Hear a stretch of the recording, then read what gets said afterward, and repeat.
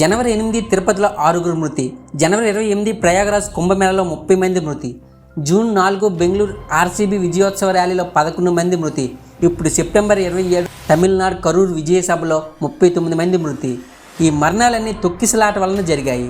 ఎన్నిసార్లు జరుగుతున్న జాగ్రత్తలు తీసుకోవడంలో లోపాలు జరుగుతూనే ఉన్నాయి. నిన్న జరిగిన కరూర్ తొక్కిసలాట చాలా దారుణం.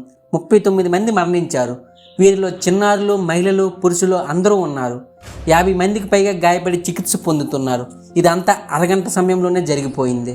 ఉదయం 11 గంటల నుంచి జనం ఎదురు చూస్తుండగా రాత్రి 7 గంటలకు విజయ్ గారు సభ వద్దకు వచ్చారు. ప్రసంగం మొదలైన కొన్ని క్షణాలకే అంబులెన్సులు అటువైపు వచ్చాయి. వాటికి త్రోవ ఇచ్చే ప్రయత్నంలో ఈ తొక్కిసలాట జరిగింది.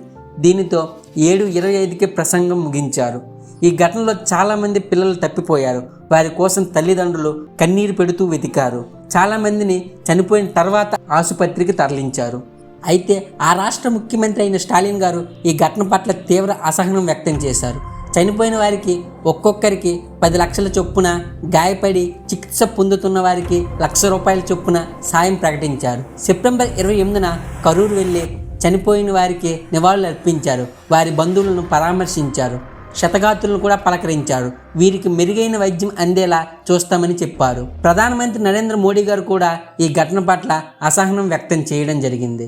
ముఖ్యమంత్రి స్టాలిన్ గారు ఈ ఘటనకు సంబంధించిన కారణాలపై ప్రాథమిక నివేదిక అందించాలని అధికారులను ఆదేశించారు. ఇది ఇలా ఉంటే ఈ తొక్కిసలాటపై రాజకీయ పార్టీలు ఒకరిపై ఒకరు ఆరోపణలు చేసుకుంటున్నాయి. విజయ్ గారు 5-6 గంటలకు ఆలస్యంగా రావడమే కారణమని డిఎంకే ఆరోపించింది. అయితే తాము ఒకచోట మీటింగ్కు పర్మిషన్ కోరితే ఇరుకు ప్రదేశంలో ఇచ్చారని, సభ జరుగుతుంటే ఆ రూట్లో అంబులెన్సులు రావడంతో దారి ఇవ్వాలని విజయ్ గారు కోరగా తొక్కిసలాట జరిగిందని, ఆ రూట్లో అంబులెన్సులు వెళ్లేలా పోలీసులు, డిఎంకే ఈ కుట్ర చేశాయని టీవీకే పార్టీ ఆరోపించింది. మరోవైపు తమిళనాడు మీడియా ఈ మీటింగ్కు 10,000 మంది కోసమే అనుమతి ఇవ్వగా విజయ్ ఫ్యాన్స్ 2 లక్షల మంది వరకు వచ్చారని, దీనితో అక్కడ స్థలం సరిపోక తొక్కిసలాటలు జరిగాయని పేర్కొన్నాయి. ఈ ఘటన నేపథ్యంలో టీవీకే అధినేత విజయ్ గారు స్పందించారు. నా గుండె పగిలింది. నేను అనుభవిస్తున్న బాధ మాటల్లో చెప్పలేకపోతున్నాను. ఈ ఘటనలో ప్రాణాలు కోల్పోయిన నా సోదరులు, సోదరీమణుల కుటుంబాలకు ప్రగాఢ సంతాపం తెలియజేస్తున్నా. ఆసుపత్రిలో చికిత్స పొందుతున్న వారు త్వరగా కోలుకోవాలని ప్రార్థిస్తున్నా అని ట్వీట్ చేశారు. మృతుల కుటుంబాలకు 20 లక్షల చొప్పున, గాయపడిన వారికి 2 లక్షల చొప్పున పరిహారం ప్రకటించారు.